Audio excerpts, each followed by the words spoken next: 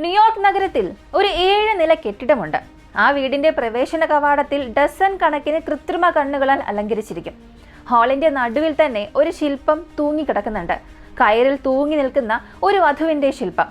ഓഫീസിൽ ഒരു സ്റ്റഫ് ചെയ്തു വെച്ച കടുവയുണ്ട്. ഓഫീസിന്റെ ഒരു കോണിൽ ഒരു ഷെൽഫ്. ആ ഷെൽഫിൽ ലോലിറ്റ എന്ന നോവലിന്റെ ആദ്യ പതിപ്പ്. ഇതൊരു കുപ്രസിദ്ധ നോവലാണ്. ഒരു പ്രായപൂർത്തിയാകാത്ത ആൺകുട്ടി പ്രായപൂർത്തിയാകാത്ത പെൺകുട്ടിയെ പീഡിപ്പിക്കുന്ന ഒരു കഥ. ഇതൊരു സിനിമ സെറ്റല്ല. ലോകത്തിലുള്ള ഏറ്റവും ശക്തരായ ആളുകൾ ഒരിക്കൽ വീട്ടിൽ വന്നിട്ടുണ്ട്. അവരിവിടെ ഇരുന്നു, ഭക്ഷണം കഴിച്ചു, ചിരിച്ചു. ഇതൊക്കെ സംഭവിക്കുമ്പോൾ ഒളിക്യാമറകൾ അവരെ റെക്കോർഡ് ചെയ്തുകൊണ്ടിരുന്നു.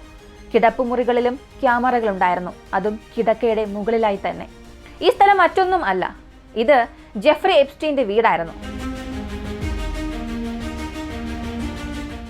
ഈ വീട്ടിൽ പ്രദർശിപ്പിച്ചിരിക്കുന്ന ഫോട്ടോകളിൽ എപ്സ്റ്റീൻ ജോൺ പോൾ രണ്ടാമൻ മാർപ്പാപ്പയുമായി നിൽക്കുന്ന ചിത്രമുണ്ട്.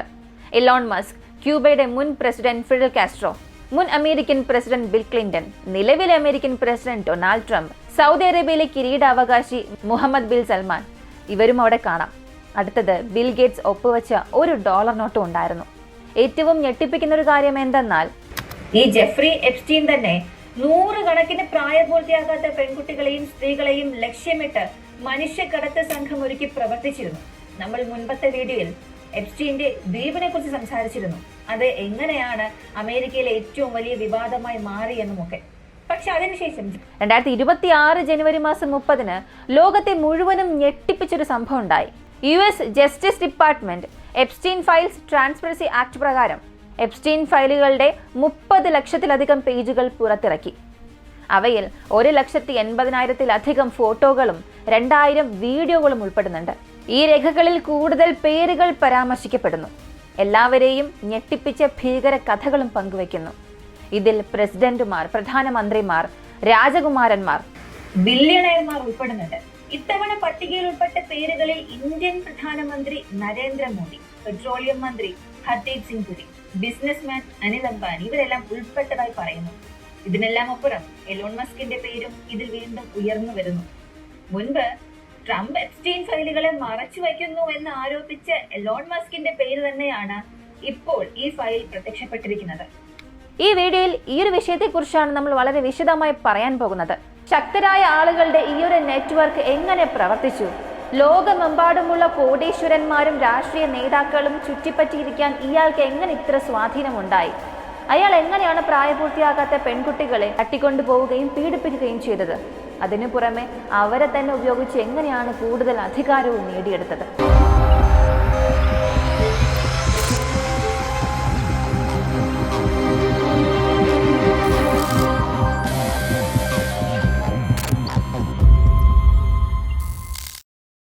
മുമ്പത്തെ വീഡിയോയിൽ ഞാൻ പറഞ്ഞതുപോലെ ജെഫ്രി എപ്സ്റ്റീൻ ഒരു കോളേജ് ഡ്രോപ്പ് ഔട്ട് ആയിരുന്നു. കുട്ടികൾക്ക് മാത്സ് പഠിപ്പിച്ചിരുന്ന ഒരാൾ. പിന്നീട് ന്യൂയോർക്കിലെ ഏറ്റവും വിലയേറിയ വീട്ടിൽ താമസിക്കാൻ തുടങ്ങി. സ്വകാര്യ ജെറ്റുകളിൽ യാത്ര ചെയ്തു. ബില്യണയർമാരുടെ സാമ്പത്തിക ഉപദേഷ്ടാവായി മാറി. ഇതെങ്ങനെയാണ് സംഭവിച്ചത്? അതിനുത്തരമാണ് ലെസ്ലി വെക്സ്നർ, അമേരിക്കയിലെ ഏറ്റവും സമ്പന്നരിൽ ഒരാൾ. Victoria secret, Baat and body works പോലുള്ള കമ്പനികളുടെ ഉടമ. 1980-കളിൽ വെക്സ്നർ എപ്സ്റ്റീനെ തന്റെ സാമ്പത്തിക ഉപദേഷ്ടാവായി നിയമിച്ചു. പക്ഷെ അവരുടെ സൗഹൃദം അത്രയേറെ വളർന്നു. ശേഷം വെക്സ്നർ തന്റെ പവർ ഓഫ് അറ്റോർണി പോലും എപ്സ്റ്റീന് കൈമാറി. അതിനുശേഷം വീഡിയോയുടെ തുടക്കത്തിൽ ഞാൻ പറഞ്ഞ ആ ന്യൂയോർക്കിലെ ഭംഗിയുള്ള വീട്, അത് വെക്സ്നർ എപ്സ്റ്റീന് നൽകി. ഈ വീട് മാൻഹാറ്റനിലെ ഏറ്റവും വലിയ സ്വകാര്യ വസതിയാണത്.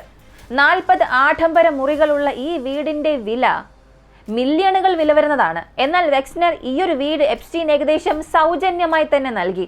ഔദ്യോഗികമായി കൈമാറ്റ വില $0 ആയിരുന്നു. 2019-ൽ ഈ വിവാദമൊക്കെ പൊട്ടിപ്പുറപ്പെട്ടപ്പോൾ ലോകം എപ്സ്റ്റീന്റെ യാഥാർത്ഥ്യം അറിഞ്ഞപ്പോൾ വെക്സ്നർ ആരോപിച്ചത് എപ്സ്റ്റീൻ തന്നിൽ നിന്ന് വൻ തുകകൾ ദുരുപയോഗം ചെയ്തുവെന്നാണ്. പക്ഷെ അതിശയകരമായി വർഷങ്ങളോളം വെക്സ്നർ എപ്സ്റ്റീനെതിരെ ഒരു പരാതി പോലും നൽകിയിരുന്നില്ല. നിയമ നടപടികളൊന്നും സ്വീകരിച്ചില്ല. എപ്സ്റ്റീന് പണം ഉണ്ടായിരുന്നു, മാളികയുണ്ടായിരുന്നു, സ്വകാര്യ ദ്വീപ് ഉണ്ടായിരുന്നു. പക്ഷേ അയാളെ അൺടച്ചബിൾ ആക്കിയത് മറ്റൊന്നായിരുന്നു. ഈ ഒരു പ്രശ്നത്തിൽ ബാധിതയായ മരിയ ഫാർമർ എന്നൊരു പെൺകുട്ടി സാക്ഷ്യപ്പെടുത്തിയത് പ്രകാരം എപ്സ്റ്റീന്റെ ഈ മാൻഹാറ്റൻ വീട്ടിൽ ഒരു മീഡിയ റൂം ഉണ്ടായിരുന്നു. ആ മുറിയുടെ മതിലുകൾ മുഴുവൻ മോണിറ്ററുകളാൽ നിറഞ്ഞിരുന്നു. ഒളിക്യാമറകളിൽ നിന്നും വരുന്ന ലൈവ് ദൃശ്യങ്ങൾ അവയിൽ പ്രദർശിപ്പിച്ചുകൊണ്ടേയിരുന്നു. Monitoring everything more. Toilet, bed, toilet, bed. I am never going to use the restroom. മരിയയുടെ വാക്കുകളിൽ ആ സ്ക്രീനിൽ കാണപ്പെട്ടത് ടോയ്ലറ്റ്, ബെഡ്, ടോയ്ലറ്റ്, ബെഡ്. ഓരോ കിടപ്പുമുറിയിലും ഓരോ ബാത്റൂമിലും ക്യാമറകൾ ഉണ്ടായിരുന്നു. 2005 പോലീസ് എപ്സ്റ്റീന്റെ ഫ്ലോറിഡയിലെ വീട് റെയ്ഡ് നടത്തിയപ്പോൾ അവിടെയും ഇങ്ങനെയുള്ള ഒളിക്യാമറകൾ കണ്ടെത്തി. 2019 FBI മാൻഹാറ്റൻ മാളികയിൽ റെയ്ഡ് നടത്തിയപ്പോൾ എപ്സ്റ്റീന്റെ സീഡികൾ കണ്ടെത്തി. ആ സീഡികൾ ഒളിച്ചു വെച്ചിരുന്ന ഒരു സേഫ് ലോക്കറിൽ പൂട്ടിയ നിലയിൽ സൂക്ഷിച്ചു വെച്ചിരുന്നു. ഓരോ സീഡിയിലും ലേബൽ ഉണ്ടായിരുന്നു. ആ ലേബലുകളിൽ എഴുതിയിരുന്നത് യങ് ബ്രാക്കറ്റിൽ നെയിം പ്ലസ് ബ്രാക്കറ്റിൽ നെയിം. ആദ്യ പേര് ഒരു പ്രായപൂർത്തിയാകാത്ത ഒരാളുടേത്, രണ്ടാമത്തെ പേര് മറ്റൊരാളുടേത്. ഇത് കണ്ട ചിലർ അവകാശപ്പെട്ടത് ഇതാണ് എപ്സ്റ്റീന്റെ യഥാർത്ഥ ബിസിനസ് എന്ന്. ശക്തരായ ആളുകൾ നിയമവിരുദ്ധ കാര്യങ്ങൾ ചെയ്യുന്നത് റെക്കോർഡ് ചെയ്യുക, അവരുടെ വീഡിയോകൾ രഹസ്യമായി പകർത്തുക, പിന്നീട് ആ സീഡികൾ ഉപയോഗിച്ച് അവരെ ബ്ലാക്ക്മെയിൽ ചെയ്യുക. വർഷങ്ങളോളം നിരവധി സെലിബ്രിറ്റികളും പ്രഭാവശാലികളുമായ ആളുകൾ തങ്ങൾ എപ്സ്റ്റീന്റെ ദ്വീപിൽ പോയിട്ടേ ഇല്ല എന്ന് പറഞ്ഞു. പക്ഷേ 2026 ജനുവരി മാസം 30 പുറത്തിറങ്ങിയ ഫയലിൽ ഇവരിൽ പലരുടെയും യാഥാർത്ഥ്യം വെളിപ്പെടുത്തുന്നവയാണ്. പുതിയ രേഖകൾ പറയുന്നത് ഗൂഗിളിന്റെ കോ-ഫൗണ്ടർ, ലോകത്തിലെ ഏറ്റവും സമ്പന്നരിൽ ഒരാളായ സെർഗേ ബ്രിൻ എപ്സ്റ്റീൻ ദ്വീപിൽ പോയിരുന്നു എന്നാണ്.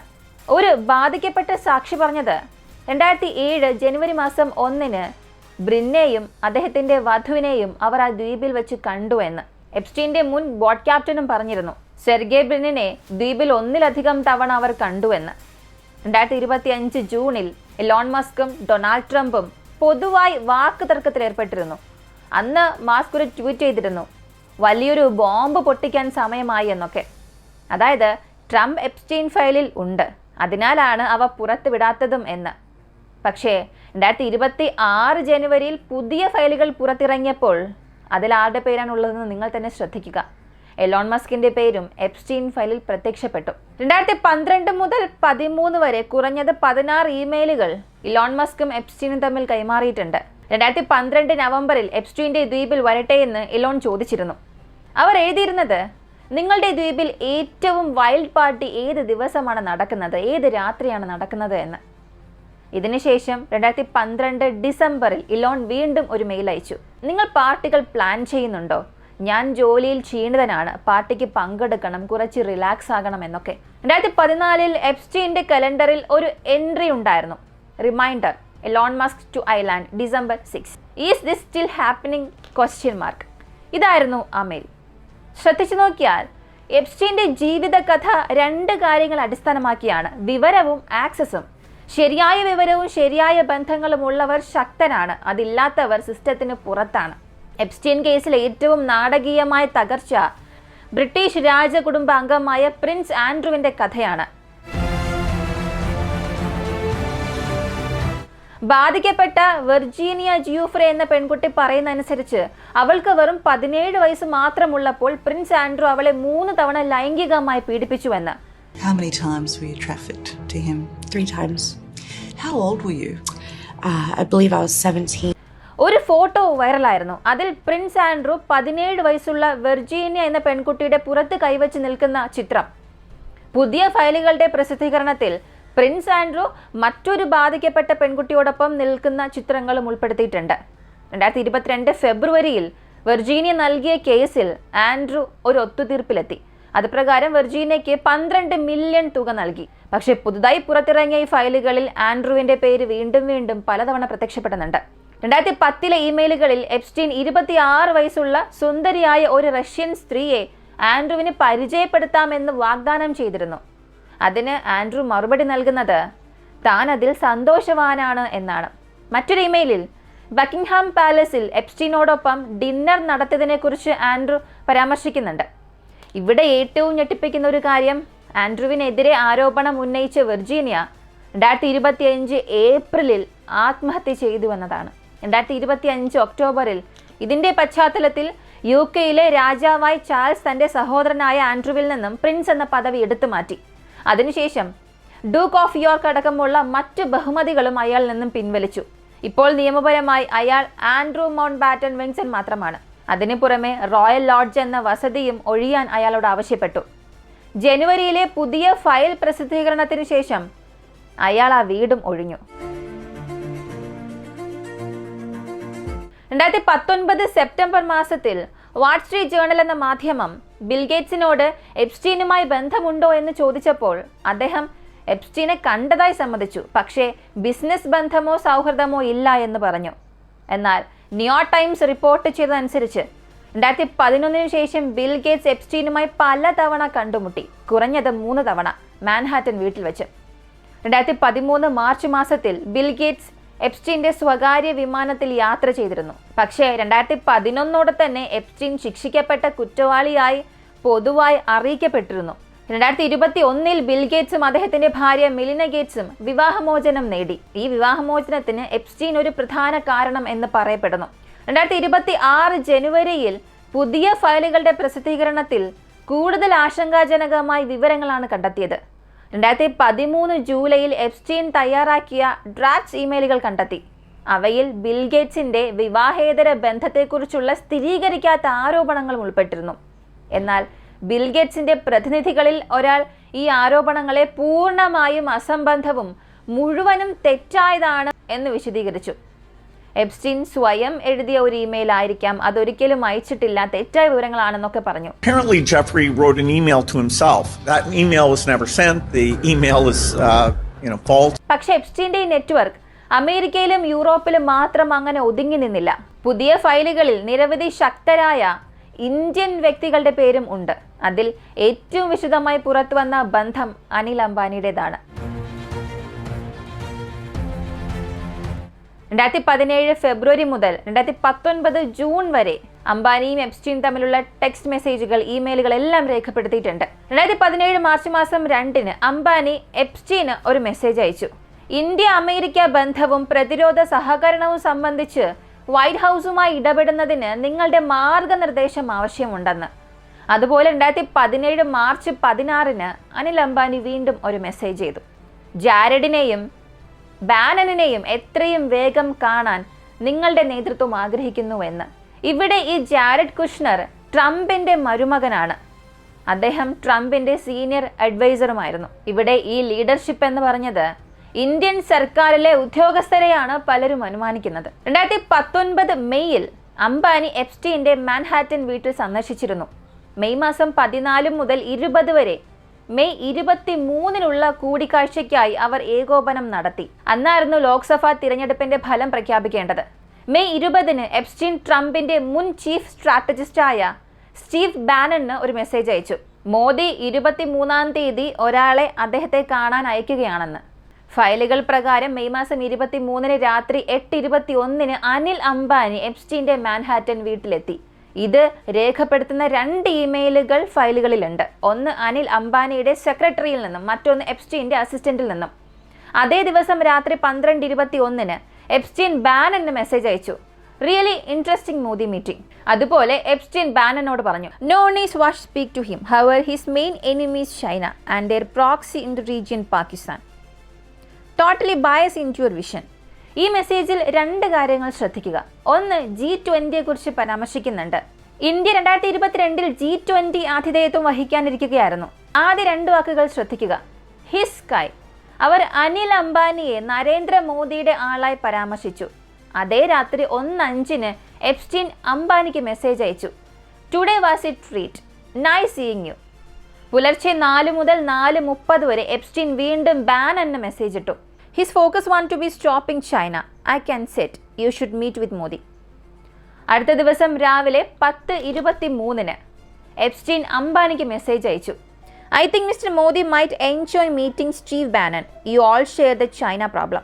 വൈകുന്നേരം 4:14 ഏറ്റവും ഞെട്ടിപ്പിക്കുന്ന ഒരു മെസ്സേജ് വന്നു. എപ്സ്റ്റീൻ വീണ്ടും ബാനന് മെസ്സേജ് ഇട്ടു. Modi is on board. ഈ ഒരു കോൺവെർസേഷൻ നിങ്ങൾ നന്നായിട്ടൊന്ന് ശ്രദ്ധിച്ചു നോക്കുക. ഒരു ഇന്ത്യൻ ബിസിനസ്മാൻ ശിക്ഷിക്കപ്പെട്ട ഒരു ബലാത്സംഗ കുറ്റവാളിയെ ഉപയോഗിച്ച് ട്രംപ് ഭരണകൂടവുമായി ബന്ധപ്പെടാൻ ശ്രമിച്ചു. അതും ഇന്ത്യൻ നേതൃസഖ്യത്തിന്റെ പേരിലാണ് ഇത് നടക്കുന്നത് എന്ന് അവകാശപ്പെട്ടു. അനിൽ അംബാനി ഇന്നും ഒരു സ്വകാര്യ ബിസിനസ്മാനാണ്. പക്ഷേ എപ്സ്റ്റീൻ ഫയലുകളിൽ മറ്റൊരു ഇന്ത്യൻ പേര് കൂടെ പുറത്തു വന്നു. ഇന്നത്തെ മോദി സർക്കാരിലെ ഒരു മന്ത്രി ഹർദീപ് സിംഗ് പുരി. ഈ ഫയലുകളിൽ പുരിയും എപ്സ്റ്റീനും തമ്മിലുള്ള പല മെയിലുകളുടെ കൈമാറ്റമുണ്ട്.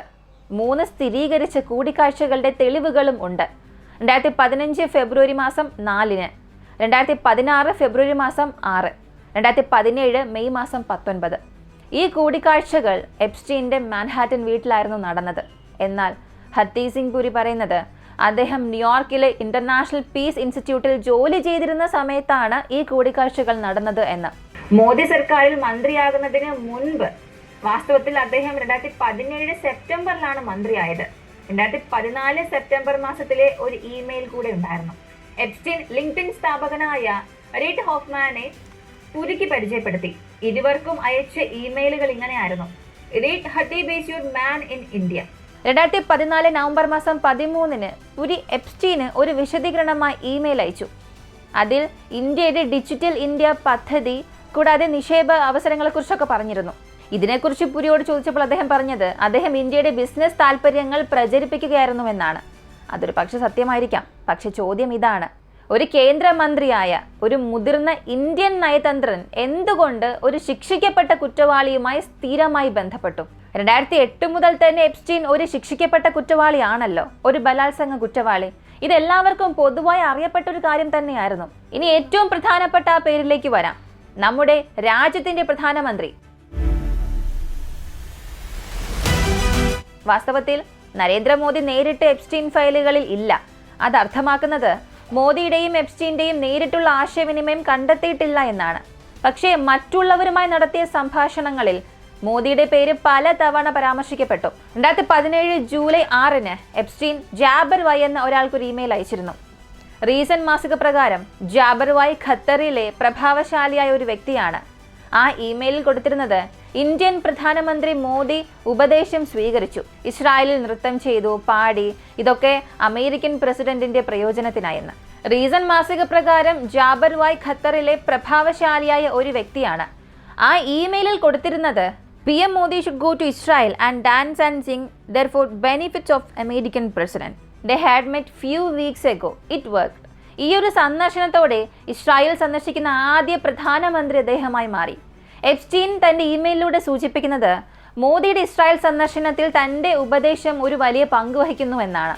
അദ്ദേഹത്തിന്റെ വാക്കുകൾ പ്രകാരം മോദി ഇസ്രായേലിലേക്ക് പോവുകയും അമേരിക്കൻ പ്രസിഡന്റിന്റെ പ്രയോജനത്തിനായി നൃത്തം ചെയ്യുകയും പാടുകയും ചെയ്യണമെന്നൊക്കെ താൻ ഉപദേശിച്ചു എന്നാണ്. ഇപ്പോൾ ചിലർ ഈ നൃത്തം, പാട്ട് എന്ന വാചകത്തെ അക്ഷരാർത്ഥത്തിൽ എടുക്കുന്നുണ്ട്.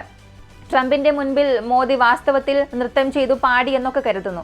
പക്ഷെ അതൊരു ഉപമയാ പറഞ്ഞതായിരിക്കാം. ഇസ്രായേലിൽ ഒരു സാംസ്കാരിക പരിപാടി സംഘടിപ്പിച്ചിരിക്കാം. അവിടെ അമേരിക്കൻ പ്രസിഡന്റിനായി ഒരു സന്ദേശം അവതരിപ്പിച്ചിട്ടുണ്ടാകാം. 2026 ജനുവരി മാസം 30-ന് ഇന്ത്യയുടെ വിദേശകാര്യ മന്ത്രാലയ വക്താവ് ഈ ഫയലുകളെ കുറിച്ചൊരു പ്രസ്താവന നൽകി. Beyond the fact of the Prime Minister's official visit to Israel in July 2017, the rest of the allusions in the email are little more than trashy ruminations by a convicted criminal which deserve to be dismissed with the utmost contempt. 2017 July മാസത്തിലെ പ്രധാനമന്ത്രിയുടെ ഔദ്യോഗികമായ Israel സന്ദർശനത്തിന്റെ സത്യാവസ്ഥയ്ക്ക് പുറമെ ഈ ഇമെയിലിലെ മറ്റ് സൂചനകളൊക്കെ ശിക്ഷിക്കപ്പെട്ട ഒരു കുറ്റവാളിയുടെ അപമാനകരമായ ചിന്തകൾ മാത്രമാണ്. അവയെ പരമാവധി അവഗണനയോടെ തള്ളിക്കളയേണ്ടതുണ്ടെന്നാണ് അദ്ദേഹം പറഞ്ഞത്. പക്ഷെ ഇവിടെ ചോദ്യം ഇതാണ്: എപ്സ്റ്റീൻ വെറും സ്വയം കൂടുതൽ പ്രാധാന്യമുള്ളവനായി കാണിക്കാനാണോ ഇത്തരം കാര്യങ്ങളൊക്കെ എഴുതി വെച്ചത്? അയാൾ വെറും അസംബന്ധങ്ങൾ പറഞ്ഞതാണെങ്കിൽ അനിൽ അംബാനി എന്തിനയാളെ സന്ദർശിക്കണം? എന്തിന് ഇന്ത്യയെക്കുറിച്ച് സംസാരിക്കണം? ഇപ്പോൾ അമേരിക്കൻ പ്രസിഡന്റിലേക്ക് വരാം. ഡൊണാൾഡ് ട്രംപിന്റെ പേര് ഈ ഫയലുകളിൽ കുറഞ്ഞത് 4500 തവണയെങ്കിലും പരാമർശിക്കപ്പെട്ടിട്ടുണ്ട്. ട്രംപും എപ്സ്റ്റീനും തമ്മിലുള്ള സൗഹൃദത്തെക്കുറിച്ച് മുൻപത്തെ വീഡിയോയിൽ ഞാൻ പറഞ്ഞിരുന്നു. പുതുതായി പുറത്തിറങ്ങിയ ഫയലുകളിൽ ഒരു രേഖയിൽ ട്രംപിനെയും എപ്സ്റ്റീനെയും കുറിച്ച് FBI-ക്ക് ലഭിച്ച പല പൊതുജന സൂചനകളുടെയും സംഗ്രഹം ഉൾപ്പെടുത്തിയിട്ടുണ്ട്. ഇവയിൽ ട്രംപിനെതിരായ ഗുരുതരമായ ലൈംഗിക പീഡന ആരോപണങ്ങളും ഉൾപ്പെടുന്നുണ്ട്. ഉദാഹരണത്തിന് 2025 ഓഗസ്റ്റ് മാസം 6-ലെ ഒരു ഇമെയിൽ അത് നോക്കുക. ഇത് പ്രകാരം ട്രംപ് 35 വർഷം മുൻപ് ന്യൂജേഴ്സിയിൽ ഒരാളെ ബലാത്സംഗം ചെയ്തുവെന്ന് ആരോപിക്കുന്നു. അപ്പോൾ ഈ ആരോപിതയായ ബാധിതയ്ക്ക് വെറും 14 അല്ലെങ്കിൽ 15 വയസ്സായിരുന്നു. മറ്റൊരു സ്ത്രീ 2025 ജനുവരി മാസം 13 FBI സമീപിച്ചു. ട്രംപിനെ കുറിച്ച് നൽകിയ വിവരങ്ങളിൽ നടപടി ഒന്നും സ്വീകരിക്കാത്തത് എന്തുകൊണ്ടാണെന്ന് ചോദിച്ചു. ട്രംപ് സജീവമായി പെൺകുട്ടികളെ റിക്രൂട്ട് ചെയ്യുകയാണെന്നും പക്ഷെ സ്വന്തം ആവശ്യത്തിന് വേണ്ടിയാണോ എപ്സ്റ്റീന് വേണ്ടിയാണോ എന്നൊന്നും അറിയില്ല എന്നും ആ പെൺകുട്ടി പറഞ്ഞു. വൈറ്റ് ഹൗസ് ഈ ആരോപണത്തെക്കുറിച്ച് പ്രതികരിക്കുകയും ചെയ്തു. ഇവയെല്ലാം തെറ്റാണെന്നും സെൻസേഷണൽ സ്വഭാവമുള്ള അവകാശവാദങ്ങളാണെന്നും 2020 തിരഞ്ഞെടുപ്പിന് മുൻപ് ട്രംപിനെ അപകീർത്തിപ്പെടുത്താനായുള്ള ഒരു ശ്രമമാണിതെന്നും പറഞ്ഞു. ട്രംപിനെ കൂടാതെ ഇസ്രായേലിന്റെ മുൻ പ്രധാനമന്ത്രി എർഹുദ് ബറാക്ക് 2013 മുതൽ 17 വരെ കുറഞ്ഞത് 30 തവണ എപ്സ്റ്റീനെ കണ്ടുമുട്ടി. കഴിഞ്ഞ വർഷം വരെയും CIA ഡയറക്ടറായിരുന്ന വില്യം ബെൻസ് 2014 എപ്സ്റ്റീനെ 3 തവണ കണ്ടുമുട്ടി. ഇപ്പോൾ ട്രംപ് ഭരണകൂടത്തിലെ കൊമേഴ്സ് സെക്രട്ടറിയായ ഹോവാർഡ് ലുട്നിക് 2012 ഡിസംബറിൽ എപ്സ്റ്റീന്റെ ദ്വീപിൽ പോയിരുന്നു. ട്രംപ് ഭരണകൂടത്തിൽ നിന്നുള്ള എപ്സ്റ്റീനുമായി ബന്ധപ്പെട്ട പേരുകളുടെ പട്ടിക വളരെ നീണ്ടതാണ്. 2013 ഒരു ഇമെയിലിൽ വെർജിൻ ഗ്രൂപ്പിന്റെ സ്ഥാപകനായ റിച്ചാർഡ് ബ്രാൻസൺ എപ്സ്റ്റീനെ തന്റെ സ്വകാര്യ ദ്വീപിലേക്ക് ക്ഷണിച്ചു. അതിൽ പറയുന്നത് would love to see you as long as you bring your harem. സ്ലോവാക്യയുടെ നാഷണൽ സെക്യൂരിറ്റി അഡ്വൈസറായ മ്രൂസ്ലാവ് ലാറ്റ്ഷാക്ക് എപ്സ്റ്റീനുമായുള്ള ചിത്രങ്ങൾ പുറത്തു വന്നതിനെ തുടർന്ന് രാജിവെക്കേണ്ടി വന്നു. British ambassador to the United States Peter Mandelson 2025 സെപ്റ്റംബറിൽ എപ്സ്റ്റീൻ ഫയലുകളുടെ പശ്ചാത്തലത്തിൽ അദ്ദേഹത്തിന്റെ സ്ഥാനത്തിൽ നിന്നും നീക്കം ചെയ്യപ്പെട്ടു. പുതിയ ഫയലുകൾ വെളിപ്പെടുത്തുന്നത് 2009 ബ്രിട്ടീഷ് ബിസിനസ് സെക്രട്ടറി ആയിരുന്നപ്പോൾ അദ്ദേഹം സർക്കാർ വിവരങ്ങൾ എപ്സ്റ്റീന് ചോർത്തിക്കൊടുത്തു എന്നാണ്. ഇപ്പോൾ അദ്ദേഹത്തിനെതിരെ ക്രിമിനൽ അന്വേഷണവും ആരംഭിച്ചിരിക്കുകയാണ്. US താമസിക്കുന്ന വെൽനസ് ഗുരുവും ബെസ്റ്റ് സെല്ലിംഗ് എഴുത്തുകാരനുമായ ദീപക് ചോപ്ര എപ്സ്റ്റീൻ ഒരു ഇമെയിൽ എഴുതിയിരുന്നു. God is a construct, cute girls are real. മറ്റൊരു ഇമെയിലിൽ ദീപക് ചോപ്ര പറഞ്ഞു, ഞങ്ങളോടൊപ്പം ഇസ്രായേലിലേക്ക് വരൂ, നിന്റെ പെൺകുട്ടികളെയും കൊണ്ടുവരൂ, നിനക്കൊപ്പം സമയം ചിലവിടുന്നത് രസകരമായിരിക്കുമെന്ന്. ഇതിനു പുറമെ ഏറ്റവും ഞെട്ടിപ്പിക്കുന്ന പേര് നോം ചോംസ്കിയുടേതാണ്. ബൗദ്ധിക കാലത്ത് വളരെ ആദരിക്കപ്പെട്ട ഒരു വ്യക്തി. അദ്ദേഹത്തിനും എപ്സ്റ്റീനും അടുത്ത ബന്ധമുണ്ടായിരുന്നു. 2019 ഫെബ്രുവരിയിൽ എപ്സ്റ്റീൻ നോം ചോംസ്കിക്ക് ഇമെയിൽ ഫോർവേഡ് ചെയ്തിട്ടുണ്ട്. അതിൽ നോം എഴുതിയത്, മാധ്യമങ്ങളും പൊതുജനങ്ങളും നിങ്ങളോട് പെരുമാറുന്ന രീതി വളരെ മോശമാണ്. ഇത് പറയാൻ വേദനിക്കുന്നുണ്ട്. പക്ഷേ ഇതിനെ അവഗണിക്കുകയാണ് മികച്ച മാർഗം എന്ന് ഞാൻ കരുതുന്നു. ഇങ്ങനെയാണ് അദ്ദേഹം പറഞ്ഞത്. ഇതുപോലെ പല പ്രഭാവശാലികളുടെയും പേര് എപ്സ്റ്റീൻ ഫയലുകളിൽ ഉണ്ട്. ഒരു വ്യക്തമായ മാതൃക വീണ്ടും കാണാം. എപ്സ്റ്റീൻ അതീവ ബന്ധങ്ങൾ പുലർത്തിയിരുന്നു. രാഷ്ട്രീയം, ബിസിനസ്, വിനോദം, രാജകുടുംബങ്ങൾ, എല്ലാ വലയങ്ങളിലും ലോകത്തിലെ എലൈറ്റുകളുമായി അദ്ദേഹത്തിന് ബന്ധമുണ്ടായിരുന്നു. പക്ഷേ ഒരു ചോദ്യം ഇപ്പോഴും നിലനിൽക്കുന്നു.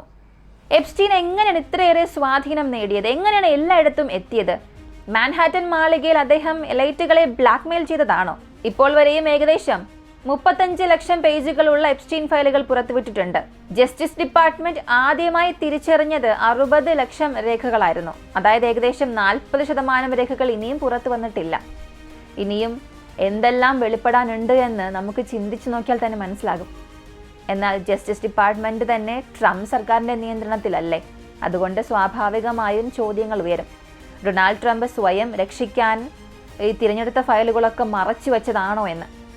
ഇത്രയും വലിപ്പമുള്ള ആഗോള വിവാദത്തിൽ ഇപ്പോൾ വരെയും ജയിലിൽ പോയിരിക്കുന്നത് ഒരേ ഒരാൾ മാത്രം, എപ്സ്റ്റീന്റെ വലത് കൈയായിരുന്ന ഗിസ്ലൈൻ മാക്സ്വെൽ. അവളൊഴികെ മറ്റാരെയും കുറ്റം ചുമത്തിയിട്ടില്ല, മറ്റാരെയും അറസ്റ്റ് ചെയ്തിട്ടുമില്ല, ശിക്ഷിക്കപ്പെട്ടിട്ടുമില്ല. അപ്പോൾ സത്യം എന്തെന്നാൽ ഈ മനുഷ്യക്കടത്തിൽ പലരും പങ്കാളിയായിരുന്നു. ഈ കേസിൽ പല രഹസ്യമായ മരണങ്ങളും സംഭവിച്ചു. അതിൽ ഏറ്റവും വലിയൊരു മരണമായിരുന്നു എപ്സ്റ്റീന്റെ മരണം. വാസ്തവത്തിൽ ജെഫ്രി എപ്സ്റ്റീന്റെ കഥ ഒരു വ്യക്തിയുടെ കഥ മാത്രമല്ല, ഇത് ശക്തരായ ആളുകളെ സംരക്ഷിക്കുന്ന ഒരു സിസ്റ്റത്തിന്റെ കഥയാണ്. ഒഫീഷ്യലായി നമ്മളോടൊക്കെ പറഞ്ഞത് എപ്സ്റ്റീൻ ജയിലിൽ ആത്മഹത്യ ചെയ്തു എന്നാണ്. പക്ഷെ ചോദ്യം, അത് ശരിക്കും ആത്മഹത്യയാണോ? അല്ലെങ്കിൽ പ്രസിഡന്റുമാരെയും രാജാക്കന്മാരെയും പ്രധാനമന്ത്രിമാരെയും ബില്യണയർമാരെയും സംരക്ഷിക്കാൻ എപ്സ്റ്റീനെ കൊലപ്പെടുത്തിയതാണോ? മറ്റൊരു രഹസ്യ മരണം ഫ്രഞ്ച് മോഡലിംഗ് ഏജന്റായ ജീൻ ലൂബ്രോണയുടേതായിരുന്നു. മോഡലിംഗ് അവസരത്തിന്റെ പേരിൽ യുവതികളെ എപ്സ്റ്റീനിലേക്ക് അയച്ചതായി ഒരു ആരോപണം ഉണ്ടായിരുന്നു. 2022 ഫെബ്രുവരിയിൽ പാരീസിലെ ജയിലിൽ വെച്ച് അദ്ദേഹം ആത്മഹത്യ ചെയ്തുവെന്നാണ് റിപ്പോർട്ട്. ഇവയെല്ലാം വലിയ ചോദ്യങ്ങളും രഹസ്യങ്ങളും ഉള്ളടക്കിയതാണ്. എപ്സ്റ്റീന്റെ ജീവിതവും അദ്ദേഹത്തിന്റെ രഹസ്യമായ ബന്ധങ്ങളുമെല്ലാം ഈ ഒരു വീഡിയോയുടെ തന്നെ നിങ്ങൾക്ക് മനസ്സിലായിട്ടുണ്ടാകും. അവസാനമായി എനിക്ക് പറയാനുള്ളത്, ശക്തരായ ആളുകൾ ചോദ്യം ചെയ്യപ്പെടണം. പദവി, പണം, പ്രശസ്തി ഇവയൊന്നും നിയമത്തിന് മുകളിലല്ല. വിവരം തന്നെ ശക്തിയാണ്. ആരുടെ കയ്യിലാണോ വിവരം അവർക്കാണ് നിയന്ത്രണം. അതിനാൽ സത്യത്തെ അന്വേഷിക്കുന്ന മാധ്യമങ്ങളും ജാഗ്രതയുള്ള പൗരന്മാരും നമുക്ക് അനിവാര്യമാണ്. സിസ്റ്റം വ്യക്തികളെക്കാൾ വലുതാണ്. ഒരാളെ ശിക്ഷിച്ചതോടെ സിസ്റ്റം ശുദ്ധമാകില്ല. സുതാര്യതയും ഉത്തരവാദിത്വവും ഇല്ലാതെ നീതി പൂർണ്ണവുമാകില്ല. ഈ ഒരു കഥ ഭയം സൃഷ്ടിക്കാൻ വേണ്ടിയല്ല, പക്ഷേ ബോധവൽക്കരണത്തിന് വേണ്ടിയാണ്. ജനാധിപത്യത്തിൽ സാധാരണ പൗരന്റെ ശക്തി അവന്റെ ചോദ്യം ചോദിക്കാനുള്ള ധൈര്യത്തിലാണ്. അതുകൊണ്ട് നിങ്ങൾക്കും ചോദിക്കാം. സത്യം വൈകിയേക്കാം, പക്ഷെ അതൊരിക്കലും മറഞ്ഞു കിടക്കില്ല. ഈ ഒരു വീഡിയോയെക്കുറിച്ചുള്ള നിങ്ങളുടെ അഭിപ്രായങ്ങൾ കമന്റിൽ പ്രതീക്ഷിക്കുന്നു. ഇതിന്റെ കൂടുതൽ അപ്ഡേറ്റ്സ് അറിയാനായി നമ്മുടെ ചാനൽ നിങ്ങൾക്ക് സബ്സ്ക്രൈബ് ചെയ്യാം. മറ്റൊരു വീഡിയോയുമായി വീണ്ടും കാണാം.